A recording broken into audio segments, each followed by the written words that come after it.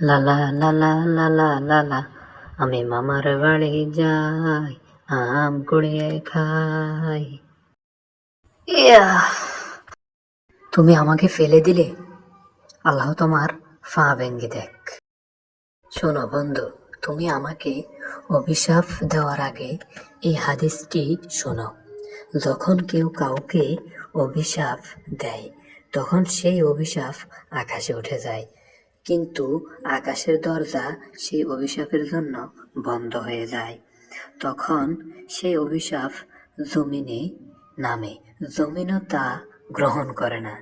অভিশাপ তখন ডানে বায়ে ঘুরতে থাকে।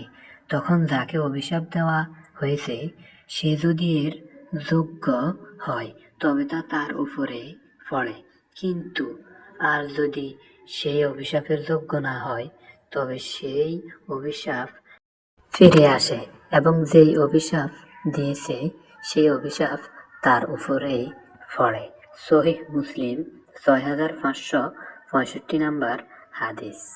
বুঝলে তো বন্ধুরা, ভিডিওটি ভালো লাগলে অবশ্যই লাইক, কমেন্ট, শেয়ার এবং সাবস্ক্রাইব করতে ভুলবে না।